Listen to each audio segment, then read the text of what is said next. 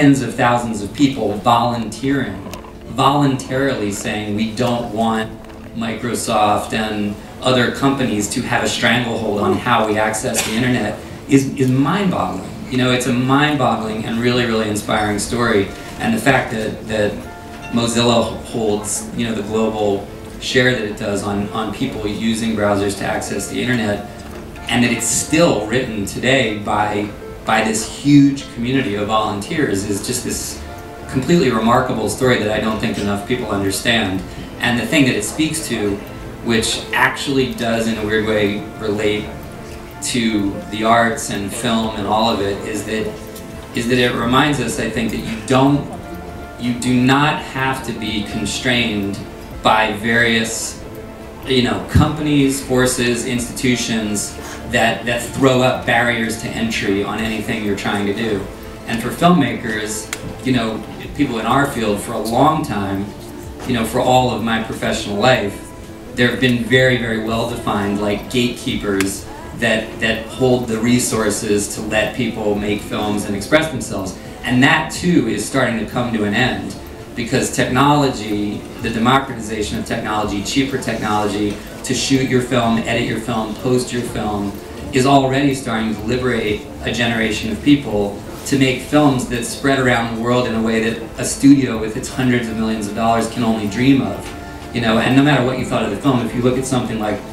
the Coney 2012 video that 100 million people looked at within a span of a week, that was made and posted without anybody else's permission, say-so, or money, it shows you that filmmakers,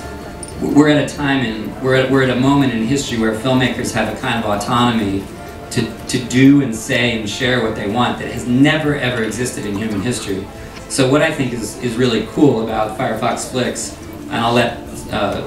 my better half talk about the films and why we picked the ones we picked, but what I think is really, really cool about FireFox Flicks is that it marries that kind of core philosophy of liberating people to use and do and say what they want to say and search in the way they want to search without having to pay money, without being, you know, in someone's corporate grip. It connects it to something that's happening in the arts and in films, which is basically that filmmakers too are starting to figure out how they can do an end run around the people who are trying to control their means of expression. And so, you know, money. The thing I think is great about it is that it shows you that kind of money is basically irrelevant. You can put the resources together now to make your film, and through platforms like FireFox and what's going to happen for these films, it's so much better than a budget. It's a platform, you know, for millions and millions, hundreds of millions of people to see and share it and what you've been doing. So I think it's really a great thing you guys are doing, and I think it's fantastic to watch the way that FireFox is taking the ethos of the free internet and starting to basically figure out how to leverage that into all the many ways that, apart from browsing and searching, that people want to reach out to each other and share without someone else controlling it. So, you know, I really, it's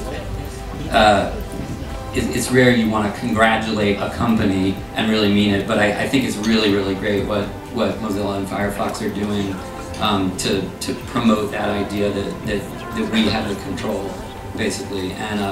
I'm really happy to be a part of it. So congrats to all the winners. And